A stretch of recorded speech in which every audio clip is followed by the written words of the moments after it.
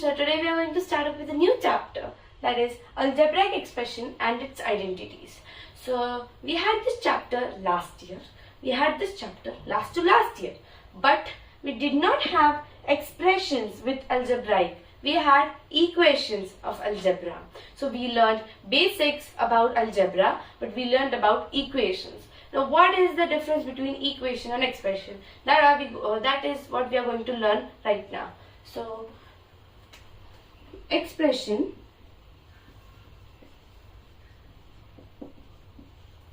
and equation. Equation is what we learned last year, that is to equate. To equate means we have to equate the whatever the side is with the other side. For example, if we have let's say 5a plus 10 is equal to 18. So here this part is known as LHS, which is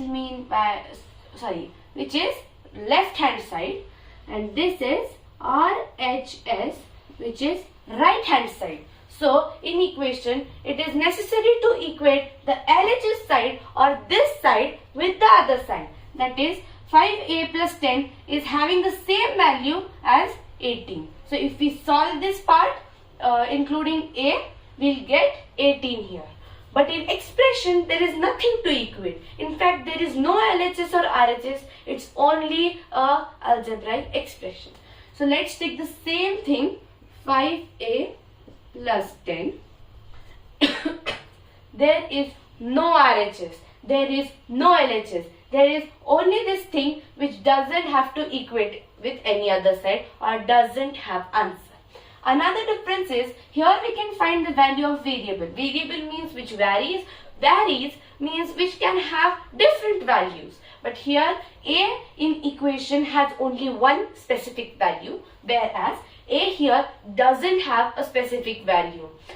This a can possess 1, 2, 3, 4, 5, 6, any number, but here it must be a specific number which we may find later after solving this. So now we are going to learn about the expression, that is we are not going to have any value for a variable in any expression throughout the chapter. Now we are going to learn about types of expression.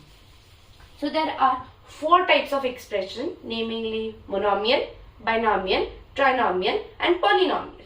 So the polynomial can be said as the expression itself, because the expressions which are having more than 4 terms can also be called as polynomial. So first we'll go with monomial. Monomial means only one term. Term is group of two numbers. It may be a variable and a constant. It may be variable and variable, or it may be a constant and a constant. So for example, if we have 4b, here 4b is a term which is having 2 factors, that is 4 and b multiplied, but this whole thing is only one term, so it is classified into monomial. Second is binomial. Binomial, bi means 2. So 2 terms. A expression having 2 terms is classified into binomial. For example, 5c plus 9d. Here there are 2 terms. So both the terms are added. It may be subtracted, may be multiplied, or may get divided with each other, but that is a binomial because 2 different terms are operating with each other.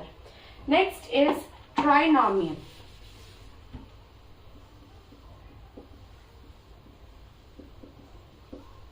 Trinomial, tri here means 3.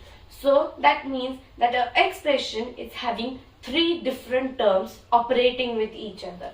So for example, if we have z plus 9b plus 2. Here if you see, there is only a variable with constant and a constant. It can be anything. Here we can add, here we even can add 11 like this. This will be a trinomial. because there are three terms and all the three terms are getting equated with each other with sign in between them.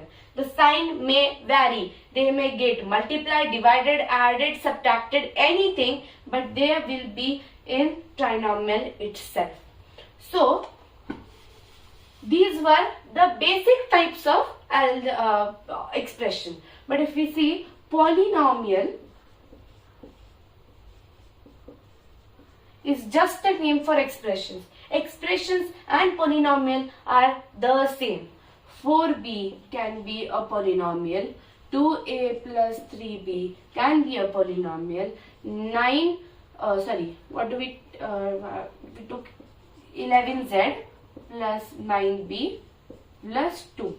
This can also be considered as a polynomial, and 5a plus 9z plus 9b plus 6q. This can also be classified as polynomial. Why all these three can be classified into polynomial? Because all these three are expressions only. But if you have to further classify it, you can put them into groups of monomial, binomial or trinomial. But in case of this one, which is having four different factors equating with each other, which may vary with signs, this cannot be classified into binomial, monomial or trinomial, because there are exceptions for all those three types, but there is no exception for polynomial. So while solving an expression ahead with identities, we need to classify them into these four specific parts or this single type. Now we have got to know about all the types of expressions. Now the last topic for today is unlike and like terms. First of all, terms we learned. This is a term. This here, each one is one term. This here is one term. Here, there's a note here. If there is no sign here, it is a plus sign before any number. So, a term can be taken with the sign. So, this is basically plus 4a, this is plus 9b, but here it is minus 10. So this number is negative here, but these two numbers are positive here. Even though the sign is getting equated with all the three terms, or maybe there must be four terms, each number is to be taken with sign while using the identities on expressions like this. So when there is division or multiplication, it doesn't matter. You don't have to consider the multiplication sign with a number. If instead here there is a multiplication sign, this number is plus 9b only. But if there is a multiplication sign here, it is minus 10 only. But just multiplied with the other term. So these are terms. What are like terms? So in algebraic expression, while using identity, there is an exception that while giving powers to one term, they should be positive only. So this base 4a, this is a base, but here if I add 2, that is square of this whole thing, the square should be positive only. This can go negative, this can go positive, this has to be positive. So, while writing an expression or creating an expression, you have to make sure that the power is always positive. Now, why the power should be positive?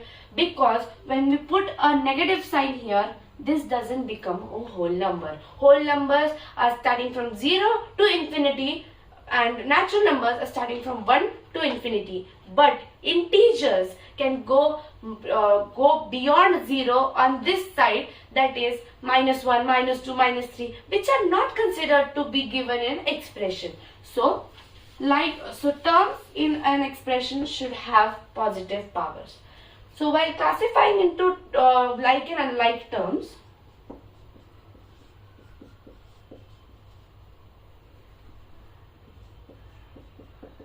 we need to make sure that in like terms, the factors of a term are same. And in unlike term, it doesn't matter what the factor or the constant is. So if we say we are having two different numbers which are not operating with each other, that is 4z comma 9b. Here why is there comma? Because they are not having any relationship between those with to operate that. So here 9z is having two factors, 4 and z. Let's see, here it's z. And here it is having 9 and z. So if you see, there is common thing here, that is the variable. While classifying, you just need to look at the variable and its power. It doesn't matter what the constant is or what the numeral part is, because numeral part may vary. Here it can be 5, 6, 7 or even 101, 2 instead of 4, but the variable should be z only. Not only z, any variable. Let's say we have one more combination like this, that is 9b comma 102b. Here if you see, the numeral part is different, but this is the same. Let's say here we have power of 2 only for b, not for 102 and 2. If you see, the power is also the same. If the power is same, if the variable here is same, and it doesn't matter if the numeral is same or not, these are classified into like terms. But if there is this thing, that is, it is being powered to 3, or there is a cube of b, it cannot be classified into like, because b is been multiplied. See, if we cross them into factors, this will be 9 into b into b. Why b into b? Because it is b square here. But here it would be 102 into b into b into b. And if we have 2 here, it is only b into b. So this is what matters. This is what doesn't matter. And if you have to multiply this b more times, that wouldn't be a like term. So I hope you have got to know what are like and unlike terms, because unlike terms are basically differentiated in terms of the factor or the variable factors of a term. So this was for today. In the next video, we'll learn about addition and subtraction or operation on algebraic expressions. See you then.